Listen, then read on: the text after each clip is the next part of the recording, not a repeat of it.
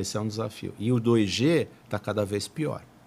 Porque as operadoras não desligam, mas elas param de expandir. Isso aí. Então, tem todos esses desafios.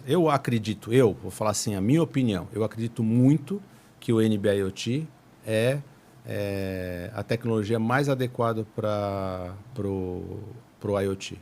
Porque você tem hoje a Vivo e a TIM investindo pesado, a TIM mais, eu vejo a TIM muito mais à frente da Vivo, mas investindo pesado. Olha só o que o IoT permite. Não é só você, aquele lado negro, vai tirar o emprego de um monte de gente, né? Não o vai. que se fala de IA, né? Não, cara, mas ele vai trazer eficiência, vai trazer economia. Aí você pode ter uma tarifa mais justa, você não vai ter perda. Fala pessoal, tudo bom com vocês? Sejam muito bem-vindos a mais um episódio do IoT GoCast. Meu nome é Murilo Silva e junto com meu amigo Guilherme Poloni, a gente traz na mesa desse podcast grandes nomes, grandes executivos, pessoas extremamente relevantes na história de internet das coisas no nosso país e no mundo. Hoje a gente está com um executivo. Eu dei uma sapiada hoje no LinkedIn dele e eu confesso que eu fiquei com um friozinho na barriga, assim, quando eu vi o tamanho da responsa de quem a gente conseguiu trazer aqui na mesa do IoT GoCast. É uma honra imensa, mas antes de apresentar e de usar minha colinha aqui no celular, que vocês já sabem, eu queria aqui que você deixasse o seu like, por favor. Curte o nosso vídeo, é importante para a plataforma entender que esse vídeo é relevante e mostrar esse conteúdo para outras pessoas que, assim como você, também têm interesse no que a gente está falando aqui. Então, deixa o seu like, compartilha esse vídeo com as pessoas que você conhece, nos grupos de WhatsApp, nos grupos da família, com todo mundo. Comenta aqui embaixo também para a gente saber o que você está achando. A gente gosta de conversar, né, Poloni? Gosta de responder vocês. Faz a sua pergunta, tira a sua dúvida. No link aqui embaixo na descrição, você vai encontrar todos os nossos links de rede social, de LinkedIn, o nosso site, comunidade.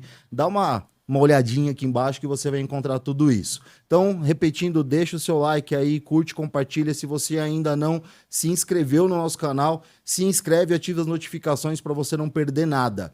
E se você reparou, você que já acompanha a gente um pouco mais de tempo, viu que a gente trocou a periodicidade aqui das gravações, né? A gente está fazendo isso porque o nosso conteúdo tem sido muito constante, muito demorada, aí o pessoal não está conseguindo assimilar tudo de uma vez, a gente está dando uma folguinha assim para vocês conseguirem acompanhar, mas daqui a pouco, né, Polônia, agora pro final do ano a gente vai dar uma esticada de novo, então corre se você não assistiu nenhum dos outros vídeos, corre lá e assiste e deixa seu like em todos os vídeos também pra gente. E deixa eu usar minha colinha aqui, que agora eu vou apresentar aqui quem tá na mesa com a gente.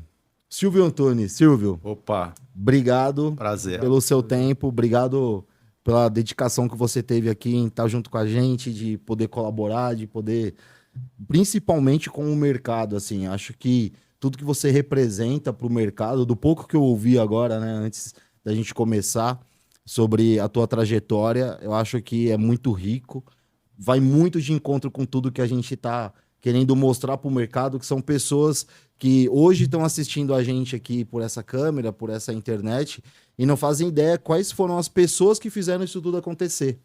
E você é uma das pessoas que eu entendi que fez isso tudo acontecer pra gente. Obrigado, de verdade. Eu que agradeço. Mas vamos lá. A leitura da mini bio dele aqui, porque se eu for falar do LinkedIn, vocês vão se assustar, né? Mas o Silvio, ele é CEO da empresa Hub de Negócios. Ele é um líder visionário de negócios com vasta experiência em estratégia, vendas, desenvolvimento de equipes de alto desempenho.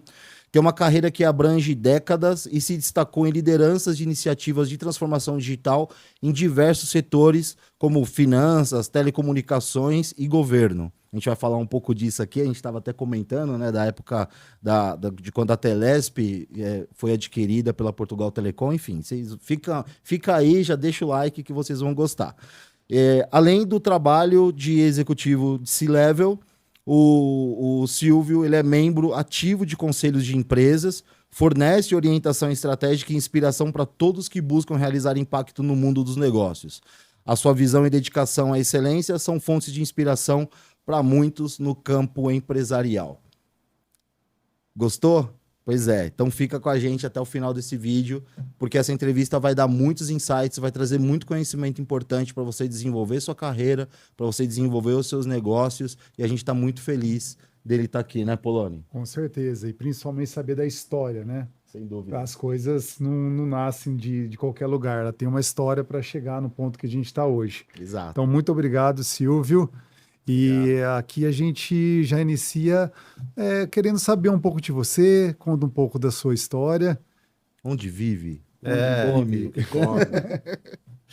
Então, pessoal, bom, primeiro, obrigado pelo convite. É um prazer estar aqui. É uma honra estar aqui, aliás, né? Poder compartilhar um pouco dessa minha experiência. Tem uma coisa que eu vou aqui, não fugir do script, mas eu vou comentar. Eu vou até olhar para cá, porque eu acho que é importante isso que eu vou falar. Tem uma palavra em japonês chamada Ikigai. Ikigai é propósito, né? Eu, há muito tempo, eu sei que o meu propósito é compartilhar conhecimento e ajudar pessoas que querem ser ajudadas, não simplesmente que precisam ser ajudadas. Então, se você quer ser ajudado, tá? Você fala comigo, se eu puder, eu vou te ajudar. Como? Compartilhando a minha experiência, o meu conhecimento, porque eu acho importante a gente fazer isso, né? A gente vai falar aqui hoje da história do IoT, né? E o IoT não nasceu IoT. A IoT nasceu M2M, lá no começo dos anos 2000. Eu tive a honra de participar dessa história, como protagonista, de forma ativa, né? Quando o M2M não era tudo isso que a gente tem hoje em aplicações, em tecnologia, né? Em toda esses recursos que nós temos hoje disponíveis para desenvolver uma aplicação em IoT, por exemplo, inteligência artificial. Então, naquela época, lá o M2M era muito incipiente. Eu vou contar para vocês algumas historinhas que eu acho que elas ilustram bem isso daí. Eu estou em telecomunicações, na verdade eu comecei em telecomunicações em 1986, na Telesp, quando a Telesp era uma estatal, né? Quando tinha os IRLAs, né? O pessoal não sabe o que é IRLA, a gente pode até contar, né, Murilo? Vamos falar. A gente pode contar que o IRLA é um instalador reparador de linhas aéreas, né? Essa era a sigla do cargo. E a empresa era estatal, e eu fui trabalhar lá. Em 86, fiquei até 91. E eu tive a oportunidade, inclusive, nesse período, de trabalhar com videotexto. Não sei se vocês já ouviram esse termo videotexto, mas o videotexto é o papai, o vovô da internet.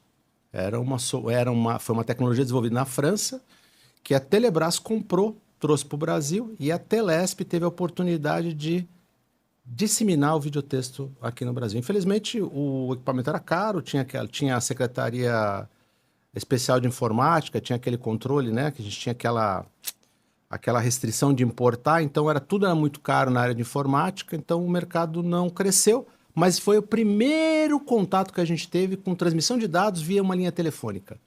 Naquele modem que fazia aquele barulho, né? Lembro, quando você ligava, né? Isso é história bem antiga. Bom, eu fiquei até 91 lá, saí da Telesp, fui trabalhar na iniciativa privada em telecomunicações, e em 99 eu voltei para a Telesp. Celular, já privatizada, Portugal Telecom tinha comprado, e fazia um ano que a rede tinha sido digitalizada. A gente estava com CDMA na Telesp Celular, e aqui a gente competia com duas empresas, BCP na capital, TES no interior. E a gente tinha vantagem de estar no estado inteiro. Bom, por que eu estou contando isso? Porque chegou nos anos 2000, dois malucos chegaram na minha sala lá na Telesp Celular, ali na Brigadeiro Luiz Antônio, né? E os caras falaram assim, nós somos da Bandeirante Energia, Bandeirante Energia atual EDP. A gente tem um projeto aqui, a gente quer conectar a subestação de Maresias, lá no litoral norte, com o nosso centro de controle em Mogi das Cruzes, usando a rede celular para telecomandar as chaves religadoras da subestação. Eu falei, o quê? Até hoje essa história da religar chave de subestação, né? Sim. Mas você imagina isso nos anos 2000. Tal de Vitor e Pires, dois engenheiros que eu tenho contato com eles até hoje, falaram isso. Eu falei, cara, mas essa rede nossa, acho que não dá para fazer isso não. Putz, a gente acabou de lançar o SMS, o Torpedo. Acabamos de lançar o serviço Torpedo, é o primeiro serviço nessa rede. A rede foi feita para voz. Bom, começamos a conversa. Tinha o desafio da conectividade e tinha o desafio do equipamento. Não tinha equipamento. envolvemos a engenharia da Telesp e nós conseguimos sair do outro lado, né? Um fabricante fabricou uma remota, a gente usava modem da Nokia, pegava um aparelho da Nokia, desmontava o aparelho, tirava o modem, colocava dentro do equipamento, montou uma remota, conectada a uma chave religadora, e a partir de Mogi, eles mandavam um comando, ligavam e desligavam a chave. Isso foi nos anos 2000. Já era uma disrupção imensa. Total, assim. total. Esse comando era feito via SMS. Via SMS. Porque era o único canal, que era o canal de controle, que a gente podia usar, porque não tinha, a rede não estava preparada. Então a gente usava o canal de controle para comandar. E mesmo assim foi um desafio, um belo desafio. A gente saiu do outro lado. Então era o começo do IoT, que naquela época chamava-se Machine to Machine. Aí vieram as empresas de rastreamento com a mesma pegada, né? Com a mesma pegada, pega um aparelho celular, desmonta o aparelho, tira o modem, monta o rastreador, né? E eu tive a oportunidade de trabalhar também em outra iniciativa bem bacana, que hoje está disseminada no mercado. A VisaNet, que é o atual Cielo, tinha um projeto de um POS wireless. E chegou lá e falou, eu quero testar esse POS. Hoje um POS é menor que um celular, que um smartphone. Naquela época, esse POS era o tamanho de uma caixa de sapato. Mas já com a funcionalidade de POS mesmo. Eles Com podiam fazer POS, mesmo. É. Fazer um ponto de pagamento Isso. na ponta. O maior fabricante de POS naquela época era a Verifone. Hoje você tem vários fabricantes. Aquele mercado era um mercado mais restrito. Você tinha 2, 3 fabricantes. A Verifone era o maior fabricante de POS. Mas era o quê? POS ligado em linha de escada. Pessoal, para quem não sabe o que é POS, é Point of Sale, que seria um ponto de venda. A maquininha do cartão. Máquina do cartão. É a maquininha do cartão. Aquela que hoje o taxista usa. Exato. O vendedor de água de coco no Parque do Ibirapuera, todo mundo usa. Que hoje tem pequenininha, amarelinha, de toda cor, todo tamanho. Naquela época era uma coisa nova, porque o POS, foi bem lembrado, né? O que significa POS? Ele era ligado a uma linha de escada, já existia uma base grande, né, de POS, mas eles usavam a linha de escada, a linha fixa. E era uma revolução o móvel. Por quê? Porque, não sei se vocês se lembram, você estava num restaurante, você queria pagar com o seu cartão de crédito, você tinha que ir até o caixa, porque o POS ficava lá no caixa. Hoje não, hoje você chama o garçom, fecha a conta, ele traz a maquininha na mesa. E tem várias maquininhas. O cara anda com a máquina no bolso. Então, foi uma revolução. E as maquininhas já têm até cardápio, emite notas. Fazem tudo. Ele, na verdade, é uma automação comercial, né? Sim. Uma automação comercial. Então, evoluiu muito. Naquela época, era um pioneirismo total. E eu tive a oportunidade, de novo, de participar como protagonista. E assim, eu tenho, assim, de forma humilde, né? Protagonista por quê? Porque eu estava do lado da operadora e a gente tinha que viabilizar o projeto, porque a rede tinha que estar preparada. Hoje você tem aí outras tecnologias que nem precisam da operadora. Sim. LoRa, Sigfox, né? Daqui a pouco, não sei se a operadora vai continuar sendo um player importante nessa cadeia, né? Mas naquela época que a gente tinha o 2G. Importante, não era 3G, 4G, 2G. Porque era o primeiro estágio da rede digital. Então, era o 2G, a gente começava a engatinhar com transmissão de dados. No caso do CDMA, a gente tinha lá um XRTT, né?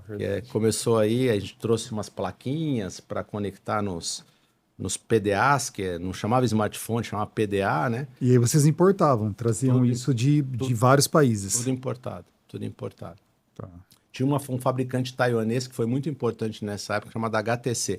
Eu acho que essa empresa ainda existe. Existe. HTC. Fabrica smartphone na China. Exatamente. Smartphone assim... espetaculares. Para automação de equipe de campo, espetacular. Né? Por quê? Porque eles eram mais robustos, eram realmente preparados para uma atividade mais intensa. Né? Então, foi uma fase bastante desafiadora, mas foi muito importante. Por quê? Porque ela foi a base. Eu considero como a base para tudo que a gente tem hoje, né? Você vê, hoje você tem aplicações do agro, saúde, rastreamento continua, automação industrial, né? Você tem tudo que você pensa em conectividade, monitoramento, sensores, você pensa em IoT. né? Você tem um dispositivo na ponta coletando um dado, que pode ser um dado que vem de um sensor ultra mega sofisticado, ou como um ar-condicionado que parou de funcionar, ou uma porta aberta. Você monitora o que você quiser. Traz esse dado e trata esse dado. O desafio agora, né, olhando assim, se transportando lá dos anos 2000 para cá, é o que você faz com esse dado. As empresas não querem mais o dado. As empresas não querem nem a informação. As empresas querem que esse processo seja executado fim a fim. Significa que eu coleto um dado, eu interpreto o dado, eu trato o dado e eu transformo aquilo em informação, e aquela informação gera uma ação na ponta, né? E o IoT está no meio, porque sem o IoT, né, o conceito de IoT, você não tem isso. Sim. O IoT é o que viabiliza, né, a famosa internet das coisas. Quando veio esse tema pela primeira vez, eu estava fazendo planejamento estratégico, falei, nossa, que coisa legal. Eu sempre pensava na minha geladeira conectada, né, cara? Murilo. Eu pensava na minha geladeira conectada. Pô, a geladeira vai falar assim, tá faltando comida, né? Acabou o seu leite. Acabou o seu leite. Nem pensava nessa quantidade de aplicações. E aí vieram vários desafios no meio do caminho, né? A gente teve o lançamento da rede 3G. Mas antes de você falar do 3G, ali no 2G, todo mundo falava só canal de voz. Era só canal de foi voz. ali você dentro do quente ali, como que foi transformar isso para um canal de dados? Teve que subir mais antenas? Como que foi? Começou também como um rollout de uma rede 4G que começou nas grandes cidades. Como que foi a expansão um pouco dessa rede? Esse é um dado interessante, né? Porque a primeira coisa que a gente descobriu quando veio o projeto da Bandeirante Energia é que você precisava ter na ponta, né? Naquela antena, naquela ERB, né, que a gente fala, estação rádio base, que ia estar conectando aquele dispositivo lá na subestação, ela tinha que estar preparada para usar esse canal de controle, esse canal de dados. E a gente descobriu que nem todas as estações tinham esse recurso. Porque não fazia sentido ter. Sim. Então, o que a gente teve que fazer? Começar a trocar. Começar a trocar, implementar. E aí você tem CAPEX envolvido, aí tem sempre aquela pergunta, mas qual é o retorno? Então, o ROI, né? Vamos discutir o ROI. Eu vou botar dinheiro num projeto que tem um retorno duvidoso. Hoje não se discute mais isso, né? Porque hoje o canal de voz ficou irrelevante, né? Hoje dados é o que é a menina dos olhos das operadoras, mas naquela época não, a receita de voz era muito relevante. E você sabe o que salvou?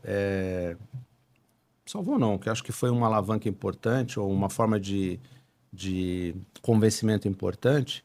O SMS, o torpedo, tinha uma margem de contribuição muito boa. Eu pagava por 30 mensagem. centavos um torpedo avulso. E a voz também era bem caro também. Era por minuto, né? Não tinha... Só que a voz tinha uma pequena pegadinha. Você tinha a interconexão e você pagava se uma operadora entregasse. Isso era questão regulatória. Entregasse uma chamada na sua rede, você tinha que remunerar a operadora de origem. SMS não tinha isso. Primeiro, porque o SMS era entre operadora, era dentro da rede da operadora, não era fora da operadora. Então você não tinha esse custo. Então a margem era muito boa. Então fazia sentido você ter uma infraestrutura preparada para ter canal de dados em todos. Vou chamar de canal de dados, que não deveria nem chamar assim, né? Mas você ter isso disponível em todas as estações rádio base. Então isso acabou ajudando a viabilizar os projetos. Mas foi um desafio grande. Por quê? Porque, primeiro, ninguém estava pensando nisso quando concebeu a rede. Segundo, a receita era pequena, porque eram projetos pequenos, né? Pô, não existiam muitos dispositivos também na ponta para estar utilizando essa rede que você está subindo. Não tinha. Então, assim, eu vou disponibilizar aqui um recurso para uma utilização tão baixa, né? O POS, ele ajudou também a alavancar, porque o POS acabou crescendo muito, né? Cielo, a antiga Visanet, né? E a própria Redcar, eles investiram muito pesado no POS wireless, né? Porque eles queriam disseminar. E era uma forma de você, o estabelecimento ter mais que uma maquininha, era você ter as maquininhas sem fio, também, né? Sem fio. Então era muito mais fácil. Então isso ajudou as empresas, as operadoras a investirem nessa infraestrutura. Hoje essa discussão, ela passa longe, porque ninguém pensa em construir uma rede ou fazer um 5G para voz. Aí, Pra dados. aí começou a chegar o 3G. Aí como que foi essa chegada aí do 3G? Então, mas antes ainda, sem querer ficar puxando o mesmo gancho, mas você falou do SMS, eu lembro a primeira vez que eu recebi um MMS. Ah, É verdade, o MMS que era o primo rico do SMS, verdade. Nem lembrava mais do Eu MMS, fiquei cara. um dia inteiro baixando uma foto de 90k. desesperado O para ver o que é isso que chegou para mim, né? E era o triplo do preço, né, do SMS normal. Ah, vocês lembram que os aparelhos naquela época não eram smartphones, né? E aí a própria Telesp tinha um serviço de dados que usava, que a gente chamava de WAP, e tinha eu lá, lembro e tinha um disso. serviço financeiro. Você tinha lá 3, 4 bancos ali colocando informação de. Não tinha, você não fazia nenhuma transação, era só consulta. Mas você podia consultar seu saldo, era Bradesco, Itaú, Santander. E usava essa rede de dados que estava aí. Então era uma coisa bastante revolucionária. É mais ou menos os bandeirantes, quando chegaram aí, tiveram que picar o mato para explorar o Brasil. Era isso. Era isso. Ó, atrás de você, eu não sei se o Guido sabia, mas ele colocou um aparelhinho Olha ali. lá o Nokia ali. Olha lá Cara, ele. esse Nokia aqui, ele é até sofisticado. O que a gente desmontava era um pretinho básico. O pretinho básico mesmo, que era o mais baratinho que tinha, né? Para tirar o modem. Mas o formato era desse mesmo, de barra, assim. Esse é o formato carro-chefe da Nokia, né? Eu acho que esse não é CDMA, a gente não tinha esse na Telesp. Esse modelo não Esse aí tinha. tinha o Deve jogo ser da TDMA cobrinha. ou GSM. Ah, então é TDMA. Show da cobrinha? Esse acho que Então, é o jogo da TDMA. cobrinha. TDMA. O pessoal da BCP adorava. Muito bom. Não tinha. Então, assim, quando veio o 3G, pô, e o 3G, a Europa acabou lançando o 3G e foi pioneira. Então a gente começou a ver um monte de serviços que essa rede suportava, né? Mas mesmo assim, o 3G, ele foi meio frustrante, porque a expectativa que se criou em cima do 3G, a entrega ficou muito aquém da expectativa que foi criada, né? Eu não tô nem falando de comparação com 4G ou 5G, nem existia, mas era o que a gente esperava do 3G. A gente descobriu que o 3G ele não foi aquilo tudo que a gente tinha de expectativa. Tinha problema de faixa também, né? Tinha problema de royalties que você tinha que pagar para quem foi inventar o 3G ali também. Não sei se você lembra, a gente tinha um problema na Telesp, já era Vivo, já não era mais Telesp, era Vivo, né? Já tinha consolidado a joint venture, 2003 para 2004. E a gente tinha um problema que nós éramos CDMA e as outras operadoras tinham ido para o GSM. Lembra lembro disso? Também. Lembro disso também. Então, o que aconteceu? A gente tinha um problema de home internacional. Porque o cliente queria viajar, ele tinha que trocar aparelho. A rede CDMA era melhor para dados. Sim, muito melhor que o GSM. Mas a gente tinha um problema de fraude. Muita fraude. De Né? duplicar Clonagem. né? Clonagem. E a gente investiu numa segunda rede. Então a gente teve a dupla experiência do 3G. A gente tinha uma rede CDMA e construiu uma rede GSM, fez um overlay de rede, a gente tinha 2 redes. Obviamente a gente parou de utilizar o CDMA para usar as portadoras do CDMA no GSM, né? Mas a gente por um período teve 2 redes convivendo. O que foi, eu acho que, como aprendizado? A gente podia comparar as tecnologias. Aí depois que a rede 3G da GSM estava implementada, todo mundo estava no mesmo patamar, né? Sim. Todas as operadoras, a TIM, a Claro, a Vivo, a Oi, todas tinham a mesma tecnologia. Deixa eu fazer uma pergunta. Nessa época, eu tive um Metrofone. O Metrofone era de alguma dessas operadoras também? Não, o Metrofone era outro tipo de serviço. Um push to talk, era um tipo, um compatível ao Nextel, era um rádio. Apertou, falou, né? O famoso push to talk. Então, coabitava nesse ecossistema ainda Nextel, Metrofone, isso aí. Vesper também, né? Vesper teve o primeiro telefone fixo. Vesper foi um espelhinho, né? Durou muito Espelhinho. pouco. A Vesper tinha capital canadense, durou muito pouco. Os espelhinhos, elas não vingaram, né? Esse mercado é um mercado de capex intensivo, né? Se você tiver muito player, você divide muito o mercado e você tem que fazer investimentos pesados, não fecha a conta. O mercado consolidou, né? E aí, deu mais um tempo, entrou o 4G. Mas eu acho que é importante aqui, apesar de ter chegado o 3G, depois o 4G, e essas redes nem amortizadas foram ainda, hein? Será Caramba. 2G? Será que não? 3G não. A 3G não. O que aconteceu? A gente continuou, o M2M ainda era, o 2G era muito predominante Muito. no Muito rastreador ainda também, né? hoje. Muito rastreador. Ainda hoje você tem muito dispositivo 2G. Muito. Muito.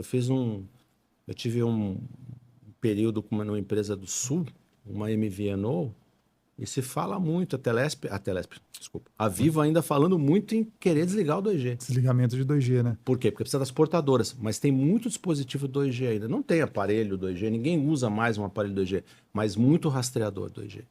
Mas uma das ações que as operadoras, eu acho que fizeram, estão fazendo ainda, é compartilhamento de rede entre elas para diminuir o operacional em cima dessa rede 2G também. Sem dúvida, sem dúvida. Compartilhamento de infraestrutura. Aí nasceram as empresas de sharing, né? American Tower, IHS, SBA, que compraram a infraestrutura das operadoras.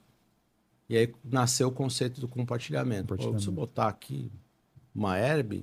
Já atende todas. Então, assim, se eu tenho uma infraestrutura instalada lá, eu coloco só meu rádio. Então, reduzo custos, né? Passo a ter cobertura onde eu não tinha e reduzo o custo. Isso também ajudou a fomentar ter mais serviços na ponta com IoT. Agora, os serviços novos, né, assim, saindo do M2M, né, esquecendo um pouco o rastreamento, que ainda eu acho que isso é difícil, hein?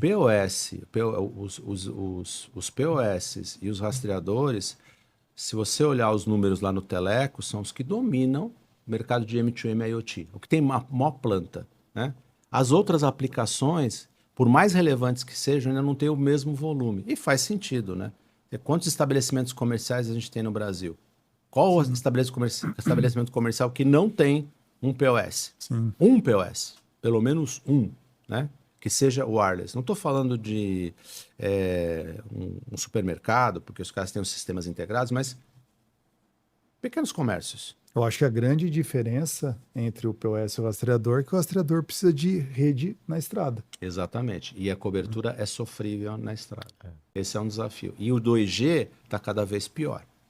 Porque as operadoras não desligam, mas elas param de expandir. Isso aí. Então as portadoras são canalizadas para 3G e 4G. Então você tem aí uma quantidade grande ainda de aplicações em cima do 2G, né? As antigas aplicações de M2M, as novas já entram nessa nova geração. Você já vê os clientes perguntando quando é que você vai ter o 5G? Cara, mas você nem testou o NB-IoT ainda?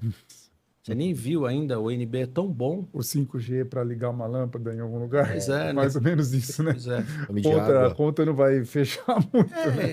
As pessoas acham que o 5G é uma solução mágica, né? Talvez teletransporte, alguma coisa assim, né? E o 4G atende super bem. Sim. O NB-IoT, que é, assim, é a primeira, na minha visão, é a primeira tecnologia de conectividade usando rede celular. Não estou falando das outras, né? Não estou falando de LoRa, Sigfox, não. Estou falando de celular que foi concebida para IoT. Veja o trabalho que a TIM está fazendo em expansão de rede, principalmente no agro. Sim. As apostas todas em NB-IoT. Mas na China, a China fala, não tem... pensando em produzir dispositivos em LoRa, Sigfox, NB-IoT. Né? Então, muito foco nessa área. Então, hoje a gente tem uma tecnologia desenhada para esse tipo de aplicação, para o IoT, que precisa do quê? Um bom alcance, né? Uma boa cobertura, segurança e baixa utilização de bateria, né? Precisa ser muito eficiente, porque o dispositivo na ponta ele tem uma bateria. Vide o caso dos medidores de água, né? Que hoje você tem aí o conceito do AMI, que é a medição avançada, né? O Advanced Metering Infrastructure. São medidores ultrassônicos, que a vida útil do medidor é a bateria. A bateria dura 10 anos. Quer dizer, as especificações dizem que duram 10 anos. A duração está sempre condicionada à quantidade de transmissões que você faz, né? Então, você precisa ter uma tecnologia de conectividade que seja eficiente, de baixa potência, né? E que tenha bom alcance. Não precisa de banda. O que manda um medidor de água, de energia ou de gás, de informação? O número dele, 20 bytes. quanto ele mandou um streamzinho pequeno. Mas eu preciso garantir que vai, que aquilo é seguro, que eu tenho uma segurança ponta a ponta para ninguém entrar lá e fazer um estrago na empresa, nos sistemas administrativos da empresa, entrar por um medidor e sair lá no SAP da empresa, que pode acontecer, né? E é isso. Eu acho que um adicional também que eu vi numa das licitações, RFPs que eu lia num passado, era se houvesse alguma tentativa de furto, alguma coisa, umas pancadas mais fortes ali no medidor, ele também fazia uma comunicação Sim. adicional naquilo ali. Você pegar o caso das empresas de gás, eu acho que existem mais ou menos 10 alarmes que ele monitora. Porque o cara pode chegar com um imã, né? Para desconfigurar Um tudo, né? neodímio, Configurar, né? Tem aquele cara de água inverter o medidor.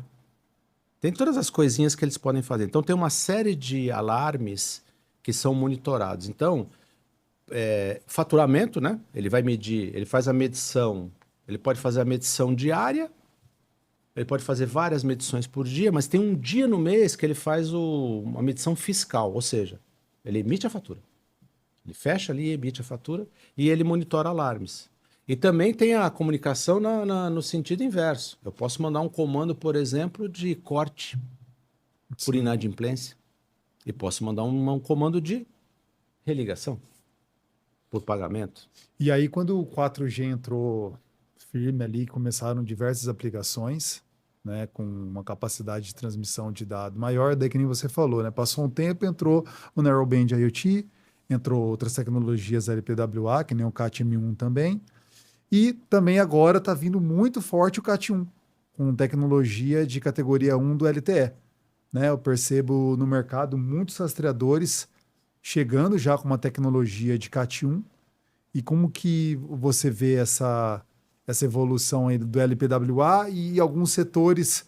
Eu sei que tem o LPWA, mas eu vou voltar para o 4G tradicional, por exemplo. O que eu vejo setores atuando de formas diferentes. Então, por exemplo, o setor de energia está construindo suas próprias redes privadas, porque eles consideram eles acham que o SLA da operadora não é robusto o suficiente para eles. E eles têm razão, né? Porque os indicadores da ANEEL são muito rígidos. Sim. Você tem 2 indicadores da ANEEL que são muito rígidos, é o DEC e o FEC. Um é defeito e o outro é frequência. Então, se você tem uma frequência muito grande de defeitos, defeito é falta de energia. E se você tem um tempo de paralisação muito alto, isso penaliza você perante a ANEEL. Você tem desconto na sua fatura. Tão simples quanto isso. E eles acreditam que tendo as suas próprias redes, eles estariam melhor atendidos. Porque é um fato, e eu vou voltar no tempo, um dos grandes desafios que a gente teve na operadora foi criar uma estrutura de atendimento adequada para esse tipo de cliente. O cliente tinha um problema no seu rastreador, ele ligava, aí qual era o script do atendimento? Liga e desliga o aparelho. Eu falei, não, mas não é um aparelho, é um rastreador, está lá no caminhão em algum lugar. Então a gente teve que adequar script, tempo de atendimento. Não dá para falar assim, pelo Anatel são 5 dias. Né? Então, esse foi o grande desafio. E o que está acontecendo agora, voltando para a tua pergunta da tecnologia? As empresas estão investindo em redes privadas, frequência mais baixa, né? Porque a Anatel liberou licenças para as empresas. Todo mundo hoje pode comprar uma licença e ter sua rede privada. Tá? Qual é o desafio dessas novas tecnologias? Assim, que sempre foi o desafio que a gente teve no CDMA e, para mim, é o desafio que a gente tem hoje. Custo do device. Você pega um device de uma tecnologia, mas essa tecnologia é ótima para transmitir, mas tem device no mercado? Tem um fabricante na China.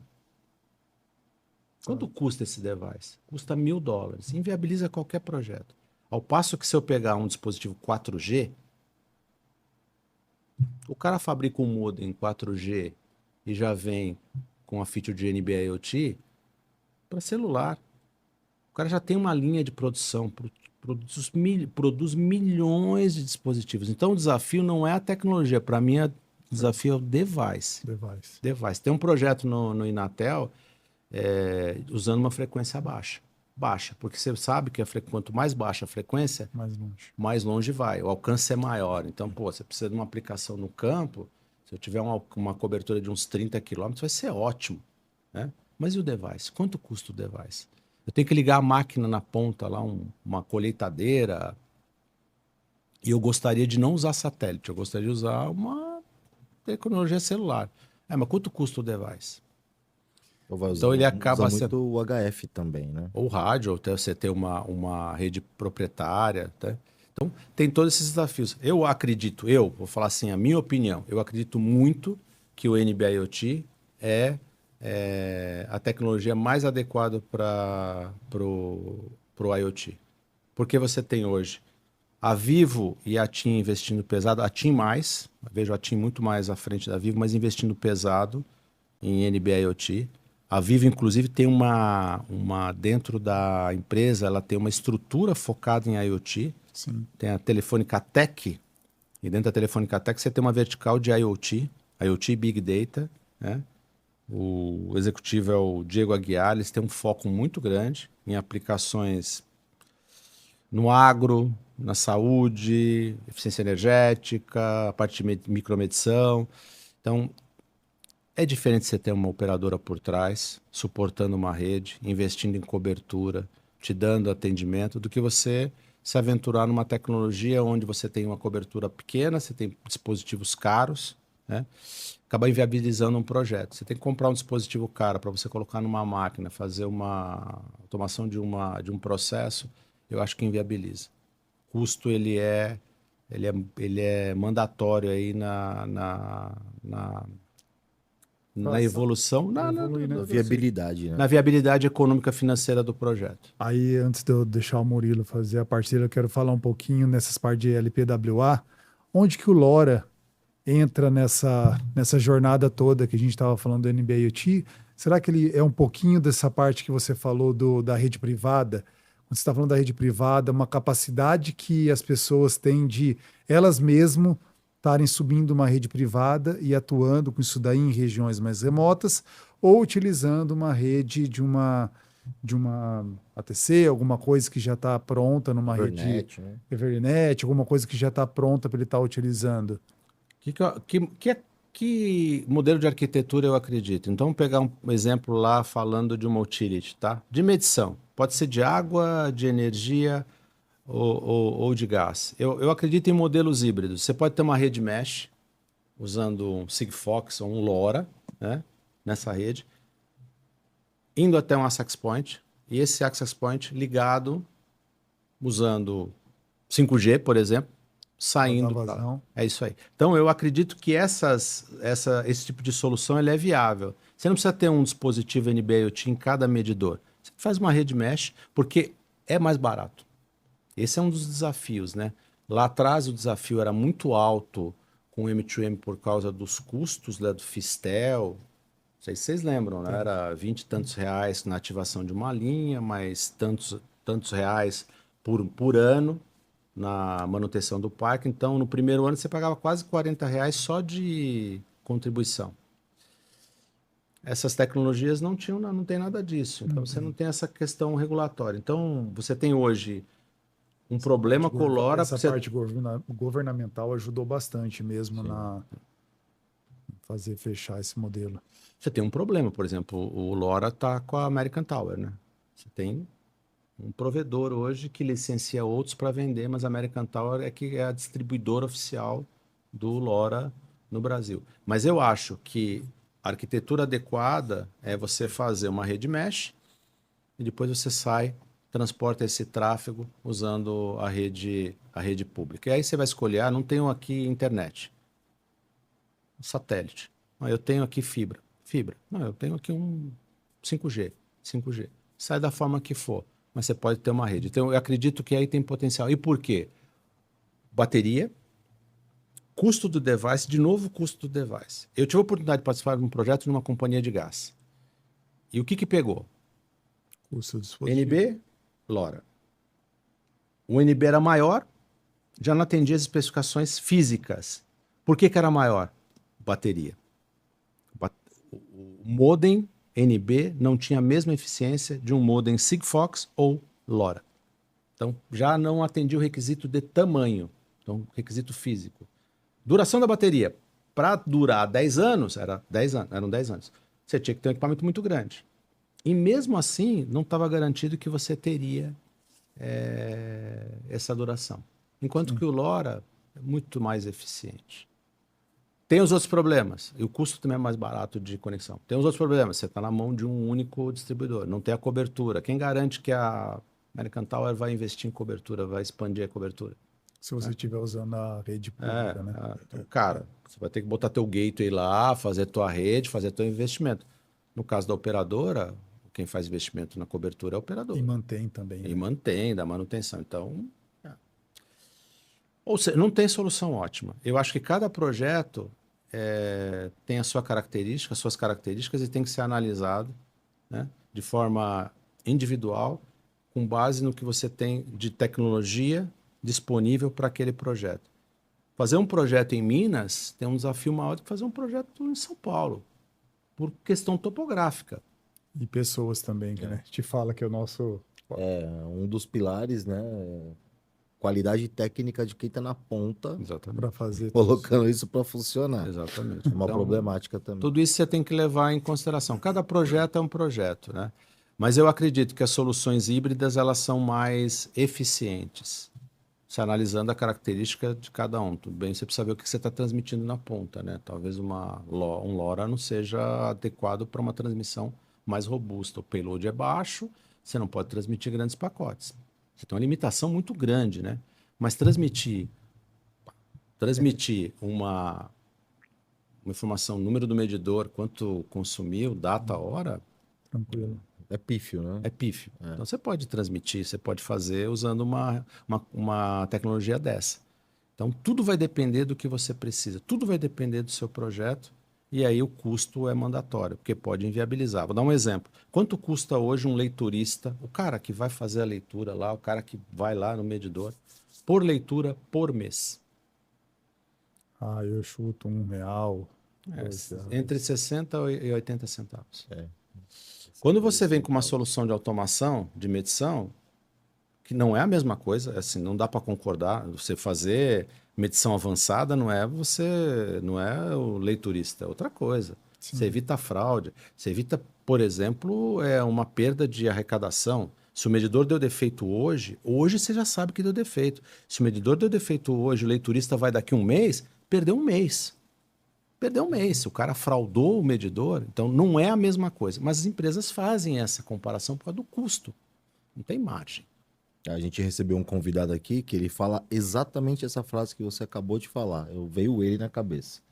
Ele fala assim, o custo de um leiturista é muito baixo. É isso aí. A IoT não veio para tirar o leiturista. Não, de forma nenhuma. A IoT veio para dar inteligência para o ecossistema, se Exatamente. reorganizar e melhorar a eficiência daquele problema que está acontecendo ali. Murilo, todo mundo fala assim, aqui não faz sentido nenhum ter projetos em LoRa, porque na Europa é tudo NB-IoT.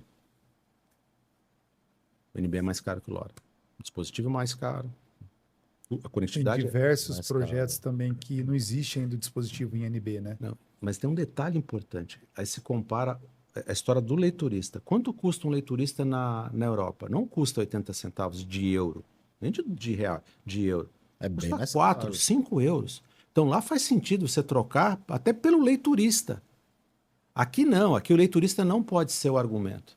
Aqui o argumento é a fraude, é a perda técnica, É o risco de você fazer um desligamento, por exemplo. é inadimplência. Hoje você tem um cara lá, tem lugares que você não consegue mandar um cara para cortar a energia, você não consegue. Mas se você tivesse um dispositivo conectado, né, usando o IoT, você pode fazer, você pode desligar, você pode religar, você pode ter um modelo pré-pago. Olha que legal, água pré-paga. 65% da população hoje paga a tarifa mínima de água, tarifa social, 10 metros cúbicos. Você gasta mais, paga 10 metros cúbicos.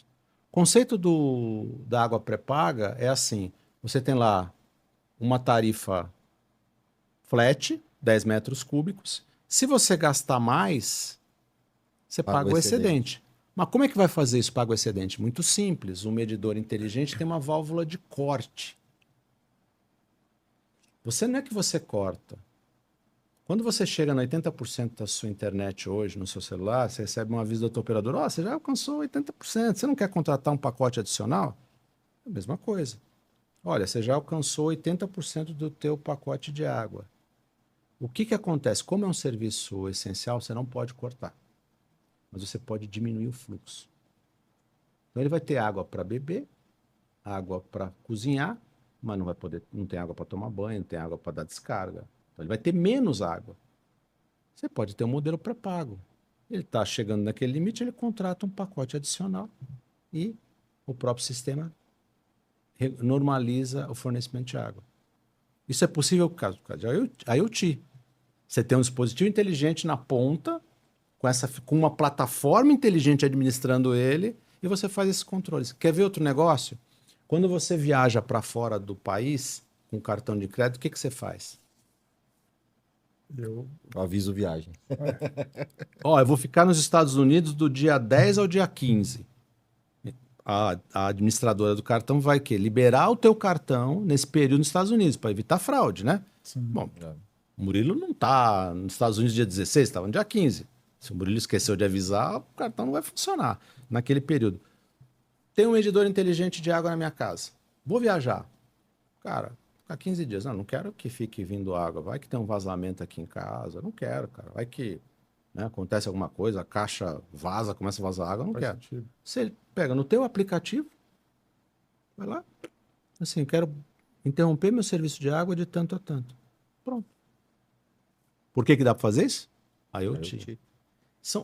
Existem um sem número de aplicações. Então, voltando ao tema da tecnologia, de conectividade, ela tem que ser transparente, cara. O que a gente vai usar na ponta? O melhor. CAT-M. Não acredito muito hoje em CAT-M. Eu olho muito o NB, acho que tanto a TIM quanto a Vivo estão investindo pesado e eu tendo a confiar neles. Por quê? Porque os caras têm interesse em fazer esse negócio crescer. Agronegócio, o ano passado e este ano, lá em Ribeirão, os dois estavam lá. O stand da TIM no AgriShow de Ribeirão era espetacular. Sim, rivalizava com outras empresas lá em termos de posicionamento. Cara, os caras não estão à toa lá fazendo. E os caras falam do quê? NB-IoT. Sim. Voltamos à questão de ter um grande player por trás investindo em infraestrutura e um dispositivo na ponta que é mais barato do que você investir numa tecnologia que tem poucos dispositivos, né? Eu adoraria ter um carro elétrico, mas se o meu carro elétrico tiver uma autonomia baixa, né? Quantos postos que tem aqui na Avenida Ibirapuera para eu recarregar? Eu moro aqui em Moema, aqui para recarregar meu carro. Não tem nenhum. Não tem nenhum aqui. E aí? Eu vou comprar um dispositivo que é caro. Ele é o estado da arte. A HTC teve uma dificuldade no Brasil e foi embora por causa disso. O dispositivo era ótimo, mas era caro. A Ferrari não precisa da Ferrari, cara. O Fusca me leva lá. Então, eu acredito que isso é um diferencial. Tecnologia que tem escala é um diferencial. E aí eu vou voltar na minha experiência de operadora há 20 anos atrás. Nós tínhamos uma desvantagem competitiva quando nós éramos CDMA em relação ao GSM. Qual era a desvantagem? Os aparelhos CDMA que nós comprávamos, o mesmo portfólio das outras operadoras, o StarTAC, né? Eles eram mais caros.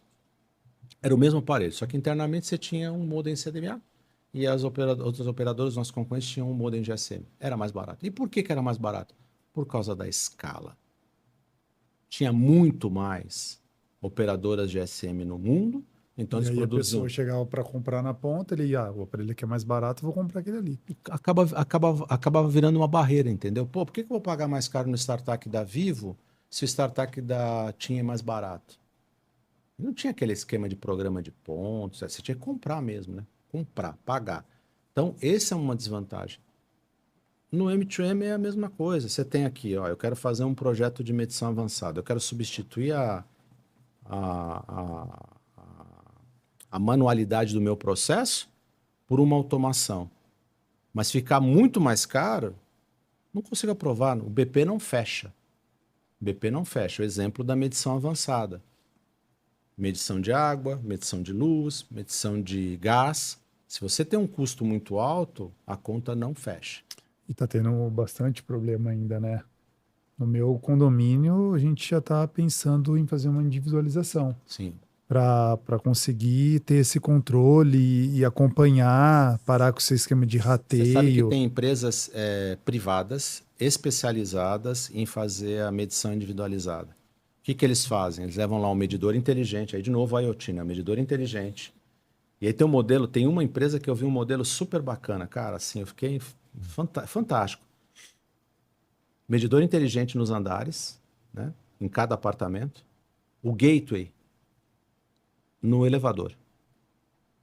Ele vai passando e O vai elevador vai subindo, ele vai pegando, coletando os dados, faz a medição, emite a fatura. Cara, assim. um gateway você Muito bem, atende bem o... bolado essa. Foi Não é? empolgado, né? Não é? Muito bom.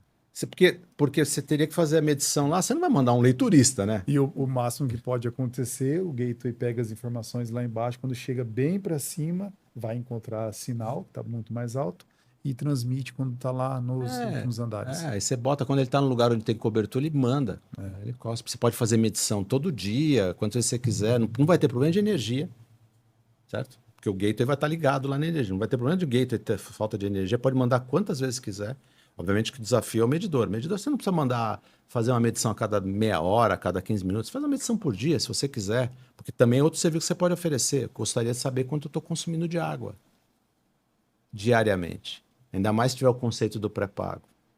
Vamos viajar aqui. Vamos dar uma viajada agora aqui. Você tem um apartamento na praia que você aluga. Airbnb. Aí você bota lá a tarifa. Cara, ó, meu apartamento é esse aqui. Dentro dessa tarifa tem um pacote de 20 metros cúbicos de água. Se gastar mais, se você chegar no limite, corta a água. Se não chegar no limite, você pode contratar um pacote. E aí você aumenta a tarifa. Hotéis. Você poderia ter medição individualizada por quarto e você ter uma tarifa econômica para aquele volume de água. Quantos caras não ficam hospedados no hotel? Liga lá o chuveiro, deixa, pendura a camisa lá para a camisa, tá amassada, né? Você deixar com o chuveiro quente, O vapor, deixa a roupa. Cobra. Olha só o que o IoT permite. Não é só você, aquele lado negro, vai tirar o emprego de um monte de gente, né? Não o vai. que se fala de IA, né? Não, cara, mas ele vai trazer eficiência, vai trazer economia. Aí você pode ter uma tarifa mais justa, você não vai ter perda. Qual é a perda hoje de uma empresa de saneamento? Se falam aí em 40%, 50% de perda. Quando eu falo perda, estou falando perda técnica e fraude, né? Sim. Porque hoje você tem um problema de vazamento na rede, você tem o problema do gato. Se você tem IoT nessa rede, você está monitorando a rede, você monitora a pressão vazão, você monitora a medição, então você sabe quantos metros de água saíram do reservatório e quantos metros de água foram faturados. Pô, eu não posso ter 10 metros saindo e faturar 6 metros, que a proporção de erro, de perda é de 40%. Entendeu? Então, a IoT vai permitir a gente nem sabe tudo o que vai fazer. Tem coisas muito bacanas por aí. Que vai surgir, né? Vão surgir muitas novas coisas aplicações. E a gente está falando de uma tecnologia que veio para viabilizar pouquíssimas coisas naquela época. Era o rastreador, né, de veículos. A gente tinha um problema, ainda tem, né? De roubo de cargas de veículos, então os rastreadores.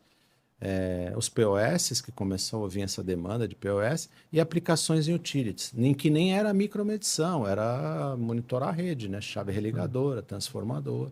Né? Então, a tecnologia ela tem que ser transparente, cara. Que tecnologia eu vou usar? A melhor. A que esteja disponível. Mas eu vou ali, te falar, viu, mais Silvio? barata. Uma coisa que você trouxe aqui, antes da gente ir para o encerramento aqui do nosso primeiro bloco, Cara, é incrível como passa rápido. passa super rápido Já? mesmo. Já faz uma hora que a gente tá falando. As empresas que eu converso, elas ainda têm muita dificuldade, porque a gente que vive dentro de uma operadora, né? A gente sabe qual tecnologia usar ali na ponta. Mas se põe no lugar de quem está desenvolvendo e você vê esse universo de tecnologia na sua frente. 2G, 3G, 4G, NB-IoT, CAT-M1, CAT-1, satelital, UHF e não sei do que. Você fala LoRa, Sigfox, você fala, e agora? Né? Com quem eu confio?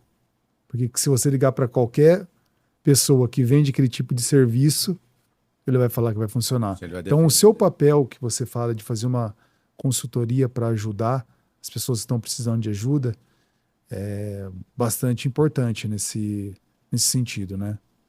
Poloni, o ano passado eu estava em Barcelona no Mobile World Congress e no stand da Nokia eles já estavam falando em 6G. O ano passado o Mobile World Congress é em fevereiro. A gente não tinha o 5G ainda no Brasil, não tinha. Acho que começou em setembro, né? Fez um ano agora. Foi depois do leilão, né? Então, a gente não tinha 5G. Eles já estavam fazendo o teste do 6G. Então, a indústria, ela acaba criando esse clima de insegurança, porque já estão falando de 6G. O Inatel, lá em Santa Rita do Sapucaí, tem um laboratório lá, estão testando o 6G já, no Inatel. Cara, mas acabou de lançar o 5G. Essa rede vai demorar um tempão para explorar todo o potencial dela, né? Será que nós vamos ter aplicações de IoT sobre a rede 5G? Talvez sim, né? Se precisar de uma banda muito robusta, talvez sim, né? Vou transmitir vídeo, algo desse tipo, ou que exija um delay muito baixo, né? Porque a aplicação não pode ter uma oscilação muito alta, então talvez o 5G. Mas já se fala em 6G. Então é natural que o cliente na ponta fique muito em dúvida. E aí, Poloni, entra isso que eu falei. Qual tecnologia? A melhor, a que vai estar disponível na ponta. Por exemplo, tem uma empresa de gás que começou um projeto, porque ela tem uma obrigação regulatória de levar automação, medição avançada, telemetria, né? Para 100% da sua planta. Estamos falando de mais de 2 milhões de clientes.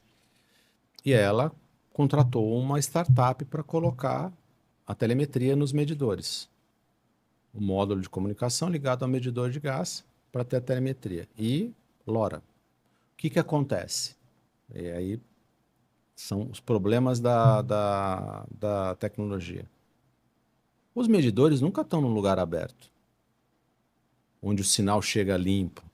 Estão num buraco, estão lá não sei aonde. E aí você começou a ter um monte de problema. Porque você começa a não garantir o SLA. Você não alcança, você não tem conectividade. Então ele não transmite, não mede. Não mede, o que faz? Eu não te pago porque não mediu, mas também não faturo o cliente, mas faturo pela média.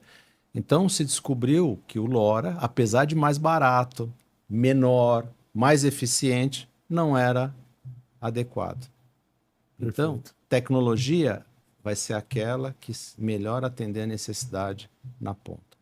Se eu puder montar uma rede Wi-Fi 6 numa área e usar o Wi-Fi para conectar dispositivos e depois sair por qualquer meio, tem que fazer. Acho que a gente tem que trabalhar com os recursos que a gente tem. E o ponto que você tocou é ótimo. O cliente não tem que saber disso. Porque no final, como é que é a história da retina? Você entrega lá a solução final. O cliente não quer saber. O cara, assim, quer saber o seguinte: o ar-condicionado parou, alguém está lá indo lá para resolver o problema do ar-condicionado. Por que parou? Não é porque ele foi lá, fez uma inspeção de rotina e descobriu, gastou gasolina, não precisava ter ido. Não. Porque uma plataforma identificou, porque tem um aparelho lá que está conectado, né? Usa o módulo IoT, tá, o conceito do IoT, a plataforma pegou o dado e falou assim: aqui tem um problema, dispara, gera uma ordem de serviço, alguém vai lá. O cliente não quer saber a tecnologia. Vamos lá. Vamos lá que eu quero saber da evolução do IoT. E você que está assistindo a gente aí, quer saber também como é que tá? A gente soube do passado agora, né? Agora a gente vai discutir como é que o IoT vai evoluir na visão desses especialistas aqui. Eu tô bem empolgado, não sei você aí do outro lado. Mas, Poloni, mais uma vez, meu brother, muito obrigado. Muito obrigado você que está aí do outro lado. Mas antes da gente se despedir, Silvio, olhando para a câmera, pensando nos seus netos, deixa uma mensagem para o nosso público, uma mensagem que você queira dizer basicamente assim, quem assiste a gente são startupeiros, são executivos, são investidores. O nosso público é bem diverso. Entre jovens, mulheres, não tem uma persona definida, estabelecida. Então fica à vontade para você se despedir e para você deixar a sua mensagem para o mundo. Bom, primeiro eu queria agradecer a vocês, Poloni, né? Murilo. Obrigado. Foi muito legal essa troca aqui, né? Vocês me desafiaram a trazer coisas do passado e também olhar o que está vindo para o futuro. E se eu pudesse deixar aqui alguns recados, né, para essa galera que está ouvindo, e espero que os recados ou as dicas, vamos dizer assim, sejam boas, pensem que o mercado, primeiro, o mercado não quer, os clientes não querem e não precisam saber o que está por trás em termos de tecnologia. Ele precisa que aquela operação de missão crítica ou que faz parte de um processo do negócio dele esteja sendo bem feito. E a tecnologia é transparente. A tecnologia por tecnologia não vale nada. A tecnologia só vale se ela trouxer valor. Né? Aquela história assim, eu não posso comprar preço, eu tenho que comprar valor, eu tenho que perceber que aquilo me entrega um valor. Então a tecnologia ela tem que ser a melhor disponível para aquela necessidade. E este é o nosso papel. Este é o nosso papel, né? Indicar para o cliente ou recomendar para o cliente uma solução final, uma solução completa, integrada, que vai usar a melhor tecnologia. Ele tem que ter essa segurança. Então, primeiro recado. Segundo recado, falando de IoT. O que não é medido não é gerenciado. Certo? Então, isso aí. Se você não mede, você não gerencia. Pensem nisso. Hoje a gente é cercado por um sem número de dispositivos. É o ar-condicionado, né? É a televisão. É o relógio. É o relógio que monitora os teus sinais vitais. É o teu carro. Tudo está conectado. Iluminação pública, no conceito de Smart Cities, medição inteligente. Tudo está conectado. Qual é a pegada aí? O que é importante nesse mundo tão conectado? A inteligência que está por trás monitorando aquilo que está conectado. Inteligência artificial. Quem não ancorar seu negócio na inteligência artificial generativa vai ficar de fora. A gente pode ter aqueles dilemas, a questão de ética, mas e os empregos? Verdade, a gente está indo numa velocidade muito acelerada, numa transformação do negócio. Mas se a gente ficar com essas discussões filosóficas de discutir o sexo dos anjos, vai ficar para trás. No começo do século XX, a iluminação de rua da cidade de São Paulo era a gás. Então, na hora de acender as lamparinas, ia uma galera, um batalhão na rua e acendia e depois, de manhã, apagava. Quando veio a energia elétrica, o que aconteceu com essa galera? Perdeu o emprego. Pô, Silvio, mas você está fazendo uma comparação que ela não é fair. É verdade, eram menos pessoas, essa transformação não foi tão rápida, agora a transformação é muito rápida. Hoje se discute quais são as profissões que vão deixar de existir, porque a IA generativa vai substituir. A gente tem que estar preparado para isso. Então, pessoal, o que é medido, o que não é medido não é gerenciado, e pensem em inteligência artificial generativa, porque tem que ancorar seus negócios aí. Eu queria agradecer muito a oportunidade, muito obrigado. Muito bom. Valeu. Que encerramento. Obrigado, Silvio. E assim, eu fiquei feliz porque a gente viajou, né? Desde o TDMA até a inteligência artificial. Olha só, né? A viagem que a gente deu, e obrigado mais uma vez por compartilhar o seu, Eu que agradeço. seu conhecimento. Obrigado, Rafa. Obrigado, André. Obrigado, Julião, que ajudou a gente aqui também. Obrigado você que ficou com a gente aqui até o final. Se você gostou desse conteúdo, assiste o próximo episódio que a gente vai continuar falando com o Silvio sobre a evolução de todo o ecossistema, de toda a tecnologia. Deixa o seu like aqui, compartilha esse vídeo, se inscreve no canal, ativa as notificações, comenta aqui embaixo o que você achou, manda sua pergunta, a gente gosta de falar com vocês sabem. Acesse o nosso site aí, iotgocast.com.br. Vocês sabem que lá dentro tem uma série de materiais importantes, como o glossário, o guia básico do IoT, Teve algum termo aqui que você fala, que a gente falou e você não entendeu? Lá no nosso glossário você vai baixar o PDF, tem todos os termos técnicos de mercado, de negócio. Então entra lá em utigocast.com.br e não esquece de seguir a gente também nas redes sociais. Estão todos os links aqui embaixo. Mais uma vez, muito obrigado e a gente volta no próximo episódio. Valeu! Eu...